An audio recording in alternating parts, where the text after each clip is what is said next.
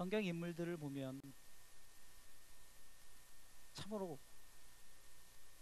고난을, 그러니까 하나님 쓰시는 사람은 고난을, 그러니까 다 겪는다는 거예요, 고난을.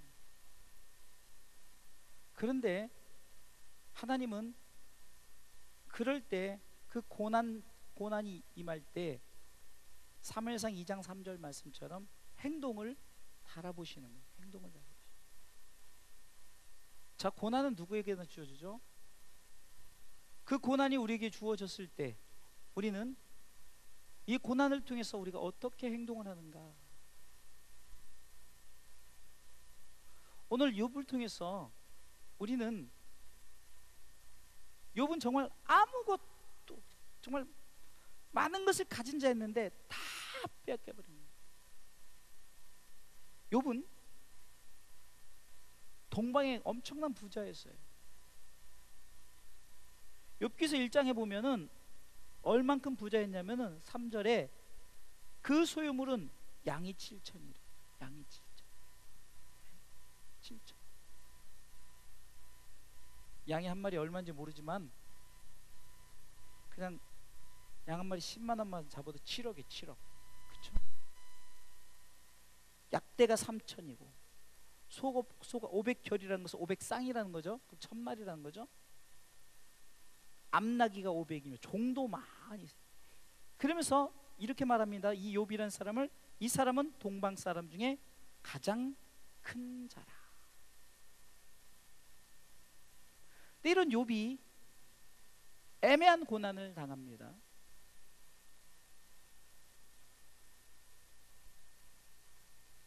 마치 예수님이 애매한 고난을 당하죠.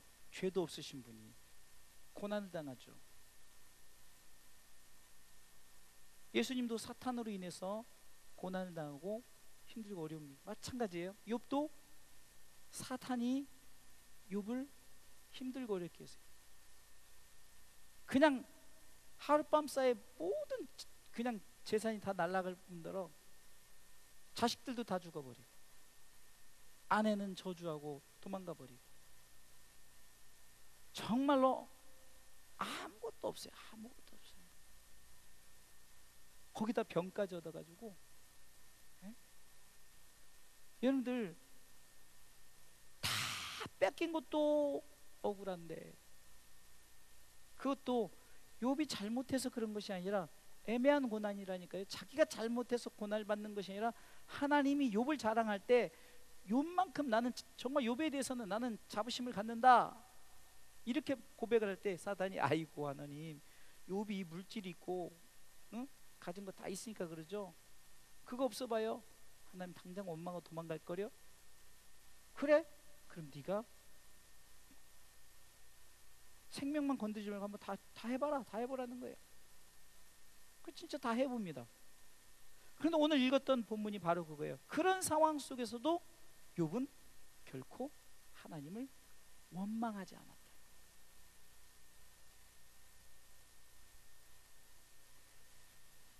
우리는 신앙생활하면서 가끔 이런 부분을 좀 생각해 볼 필요가 있어요.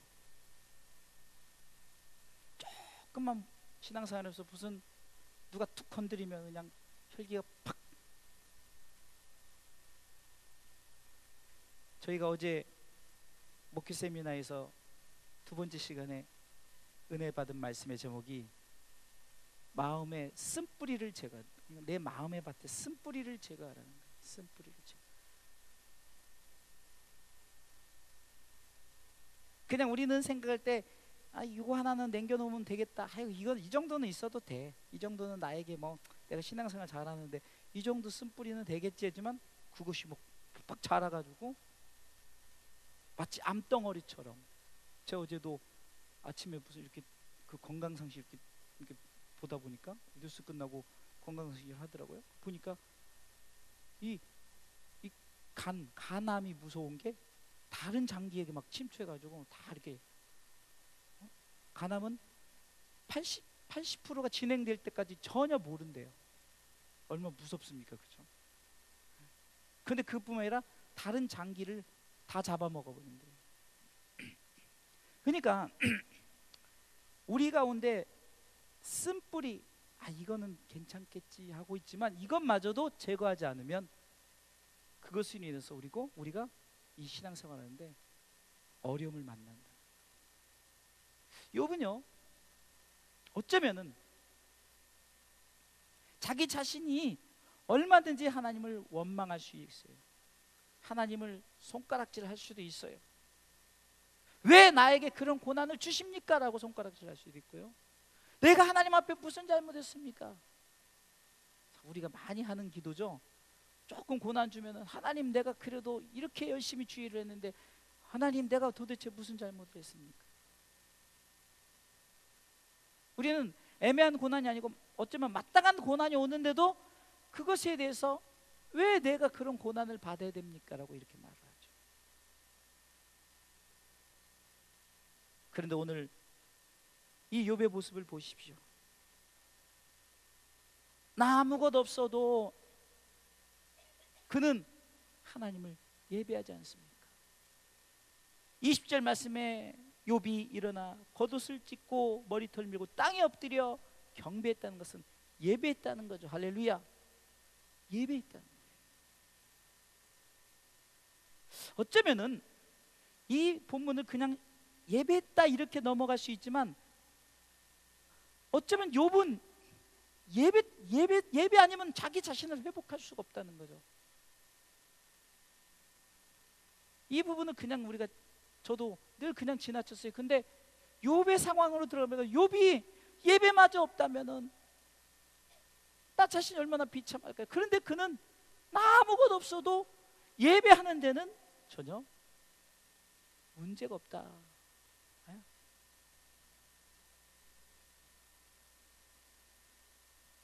참된 예배자는 상황을 따지는 게 아니에요. 환경을 따지는 게 아니에요. 조건을 따지는 게 아니라 참된 예배자는 나 아무것도 없어도 예배하는 거예요. 할렐루야. 나 아무것도 없어도. 제가 지난번에도 한번 말씀드렸죠. 예배드릴 이 장소가 있으니 얼마나 감사해요. 할렐루야. 예배드릴 장소가 있다는 것, 이것이 우리 가운데 축복입니다. 또한 예배드리는 이곳에 설교할 수 있는 제사장을 하나님이 세우셨다는 것, 하나님이 축복입니다. 할렐루야. 그리고 제사장만 세우면 제사를 드리는데, 예배를 드리는데 회중이 있어야 할 거 아니에요. 예물을 갖고 나오는 자들이 내 죄짐을 다 내려놓고 하나님 정말 나의 예배를 받아주옵소서. 회중이 있어야 되잖아요. 회중이 있어요. 할렐루야. 회중이 있으니 얼마나 축복입니까? 아멘. 그곳에 예배를 받으시는 하나님이 계시니 할렐루야. 예배의 모든 요소를 갖췄어요. 내가 마음이 아파요. 상처를 받았어요. 그런데 예배에 무슨 문제가 있을까요? 그런데 우리는 내가 상처가 있으니까 하나님, 내가 지금 기분 나빠서 마음이 상했어서 예배 못 드려요. 안 드려요. 어떤 무슨 문제를 만나고 무슨 일이 생기면은 하나님, 나 바빠요.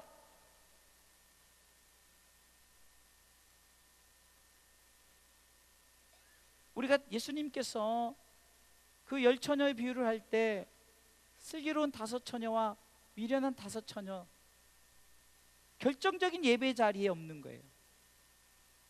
어쩌면은 이 미련한 5처녀도 예배했어요. 그런데 순간 기름이 떨어지니까 기름을 사러 5명이 간 거죠. 가서 막 기름을 사는 사이에 신랑이 와버린 거죠. 그러니 어떤 일이 생깁니까? 진짜 예배자인 예수님과 예배드릴 그때 신랑이 있어야 되는데, 신랑과 예배드릴 그 자리에 없는 거예요. 뭐 때문에?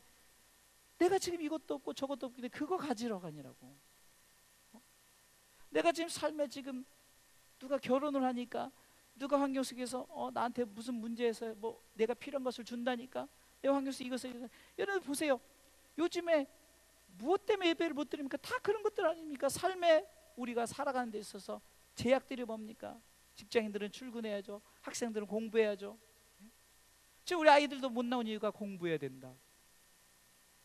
저는요, 그런 식으로 공부하면 우리 대한민국의 학생들 다 막 천재가 될 것 같죠? 안 그래요.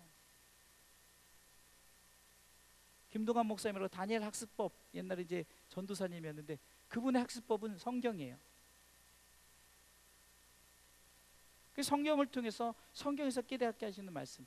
정말 진정한 예배자는 하나님께서 무엇을 하신 하나님 앞에 쓰임 받고 드려지게, 그리고 하나님께 그 삶을 통해서 축복하시고 영광을 받으시는 거예요. 단 축복이 뭐냐? 난 공부 잘해서 하버드대를 가고 무엇을 큰 걸로 하면 우리는 그걸 축복으로 생각하지만, 여러분들, 내게 주어진 상황 속에서 내가 예배 드리면서 내가 하나님 앞에 내 삶의 예배를 어쩌면은 생명을 걸고 예배는, 옛날에는 예배에 목숨을 걸라고 설교했고, 정말 예배에 목숨을 걸고 뭐 이런 게 아니잖아요. 그런데 여기 있는 여러분들은 예배 목숨을 걸고 예배 드리는 거예요. 응? 지금 욥이 그렇습니다. 정말 아무것도 없어요. 나 아무것도 없어도 땅에 엎드려 경배하는, 우리가 이런 믿음을 가지시길 주님의 이름으로 축원합니다. 두 번째, 나 아무것도 없어도 그는 어떻게 합니까? 하나님을 찬송합니다. 21절에 읽어볼까요? 가로되 내가 모태에서 적신이 나왔사온즉 또한 적신이 그리로 돌아올지라 주신 자도 여호와시요 취하신 자도 여호와시니 여호와 이름이 찬송을 받으실지니이다 하고 아멘. 자, 예배의 자리에 나왔어요.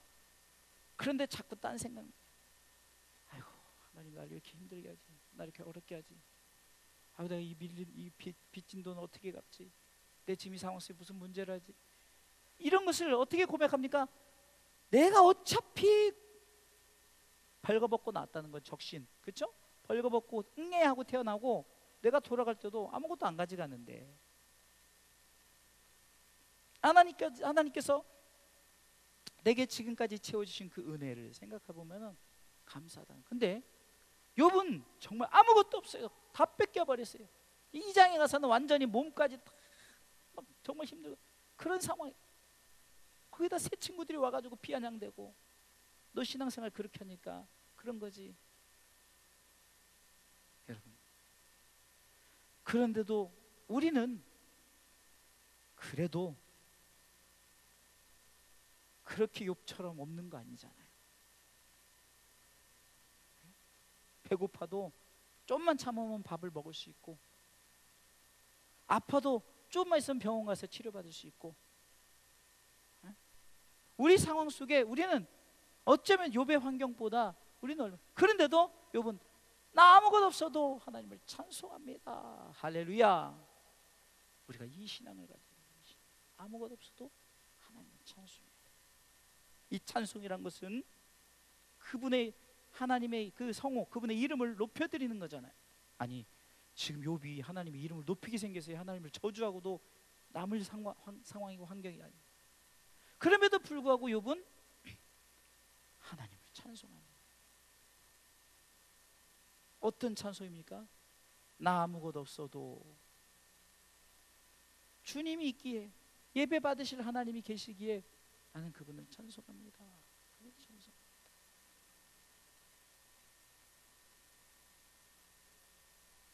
모든 것, 저는요 정말로 우리에게 주어진 것 감사할 줄 알고 자족할 줄 알고, 욕심내지 않으면 우리 삶은 얼마든지 행복할 수 있어요. 그런데 자꾸 남의 떡만 크게 보이고 남의 교회만 크게 보이고, 제가 이번에 어제 식사를 그 강사 목사님하고 하면서 우리 교회에 대한 이제 전도에서 이렇게 계란을 나눠주는데 옆에 큰 교회에서는 그냥 큼지막한 거 하나씩 다 들고 내려오면서, 그러니까 우리는 계란 하나. 그런데 그 목사님이 그런 말씀하시는 거예요. 성도들에게 자부심을 갖게, 교회에 대한 자부심을 갖고, 내가 정말 주사랑교회 다닌다는 것, 주사랑교회 성도라는 것, 주사랑교회 모든 여러분들 자부심을 가지시기 바랍니다. 그게 얼마나 중요한가요? 자꾸 남의 교회만, 아이고 남의 교회는 저 후라이팬을 주는데 남의 교회는 또 뭘 주는데, 그러면서 자꾸 그러니까 아이고 저쪽 교회 갔으면 후라이팬 받는 건데, 아이고 우리 교회는 계란도 내 돈 내서 내가 하고 내가 좀, 여러분들 감사하게 우리 성도들은 한 번도 그런 분이 없어요. 그러니까 제가 얼마나 행복한 목회자입니까? 우리 성도들이 그렇게 만족하고 자족하고 우리 주사람교회 성도됨이, 아멘. 우리 박 집사님도 우리 주사람교회 처음 나오셔서 우리 사모님에게 손잡고 한 게 뭐예요? 사모님, 저 죽을 때까지 여기 주사람교회 다닐 겁니다. 그 말이 얼마나 감사한지. 왜 그러냐면요, 우리가 그 당시에 한 명이라도 우리 주사람교회 나왔으면 하죠. 아니 세상 말 개미 새끼 한 마리도 안 보이는 거예요. 근데 우리 박 집사님이 다 오셨는데, 그것도 그냥 모든 예배 다 나오시는 분이 오셨으니 할렐루야. 그게 우리가, 제가 뭐 때문에 기쁩니까? 한 사람이 예배자가 생기고, 또 우리 여기 있는 분들이 연로하신데도 저도 이게 아까 박수를 안 치면 이게 옷이 자꾸 이렇게 이게 껴가지고 이게 박수를 치다 이러는데, 우리 그냥 두 분은 그냥 이거 내가 그냥 그럼 나도 옷 껴도 그냥 또 이렇게 하다 보면 또 자꾸 끼니까, 어찌 됐든 간에 얼마나 멋진 찬송을 하나님 앞에 드립니까? 할렐루야. 이게 바로, 근데 사실 우리는 아무것도 없어도가 아니잖아요, 그렇죠? 욥과 같지는 않아요.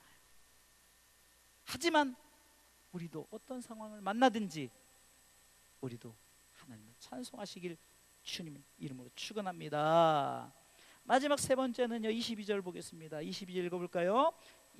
22절 시작. 이 모든 일에 욥이 범죄하지 아니하고 하나님을 향하여 어리석게 원망하지 아니하니라. 아멘. 나 아무것도 없어도 범죄하지 않는 거예요. 어떤 범죄? 하나님을 원망하는 범죄.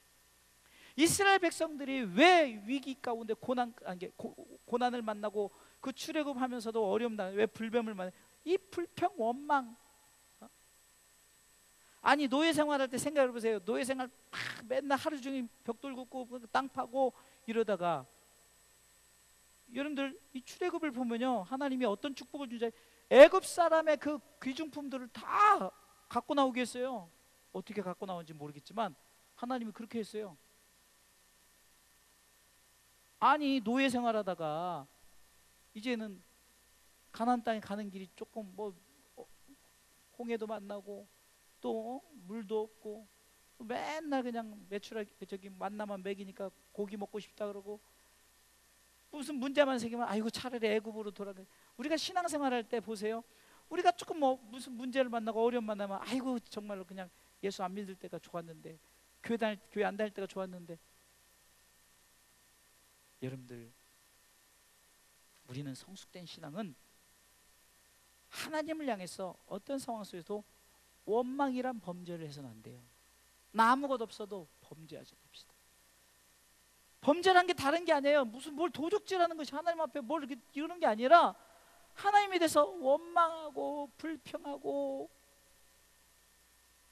이만큼 먹고 살게 해줬는데, 이만큼 교회를 통해서 또 이만큼 하게 해주셨는데, 그냥 맨날 아이고 도대체 하나님 왜 나는 이 모양 이 꼴로 살아야 됩니까? 나는 왜 이렇게 살아야 됩니까? 왜 이렇게 됩니까? 어떤 상황 속에서도 원망의 자체가 범죄. 지금 오늘 성경이 말하잖아요, 원망의 범죄. 이 모든 일에 욥이 범죄하지 아니했다는 것은 뒤에 설명하잖아요. 어떤 범죄? 원망하는 범죄를 하지 않았어요. 원망 안 했으면 뭘 했을까요? 찬송하고 감사했죠. 예배드렸죠. 얼마나 멋진 신앙의 삶이죠.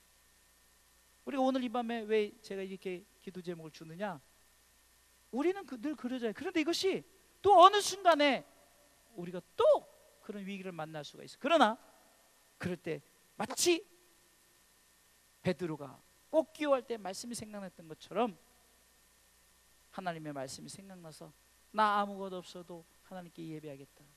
따라서 나 아무것도 없어도 예배하겠다. 나 아무것도 없어도 찬송하겠다. 나 아무것도 없어도 원망하지 않겠다. 자꾸 가슴에 새기라는 거예요. 설교가 어렵습니까? 너무 쉽죠.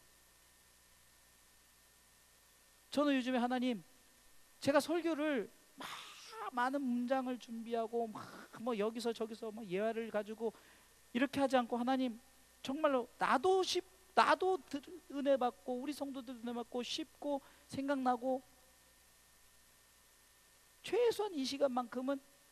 그래서 제가 반복하는 거예요. 나 아무것도 없어도, 나 아무것도 없어도, 나 아무것도 없어도 예배하겠습니다. 나 아무것도 없어도 찬송하겠습니다. 나 아무것도 없어도 열심히 살겠습니다. 없어도 나는 하나님의 뜻 가운데, 이미 우리는 천국은 당첨된 사람들 아닙니까?